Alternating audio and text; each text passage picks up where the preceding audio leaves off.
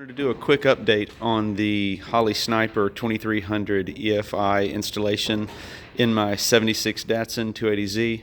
The car has been hibernating for about the last 10 years or so in the back of the shop here. Finally pulling it out and trying to get it running. As I mentioned earlier, this stock EFI was just basically inoperable. A lot of issues with the harness, a lot of issues with the I'm not sure if it was the computer so much or the fuel pump relays and all that. Just one thing after another, it acted really inconsistent, even after the repairs I'd made. So I felt it was best just to move on to something different. Considered carburetors, ended up wanting to experiment with this system. The update really, I guess, consists of we've got the oxygen sensor installed here on the exhaust pipe.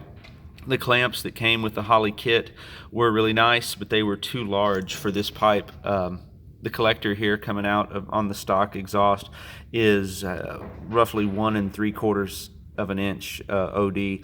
Those clamps were just too big, so I've got some basic muffler clamps on there now. It's not a very elegant solution, but it does seem to work, and it certainly is tight, so that should hold them well. Got the intake manifold mounted. As I mentioned earlier, this is a Turbo Tom 4-barrel manifold for originally, I guess, a 240 or 260Z. It was part of a turbo kit or turbo parts you could buy, utilizing it in a slightly different fashion. The next step for me is to figure out how I'm going to mount the Holley water temperature sensor. The stock thermostat housing on the Datsun does not have anything with 3/8 NPT threads on it, so I can't just directly thread it in. I've got this upper radiator hose off right now. I think my plan is going to be to purchase an inline adapter with 3/8 NPT threads for the sender.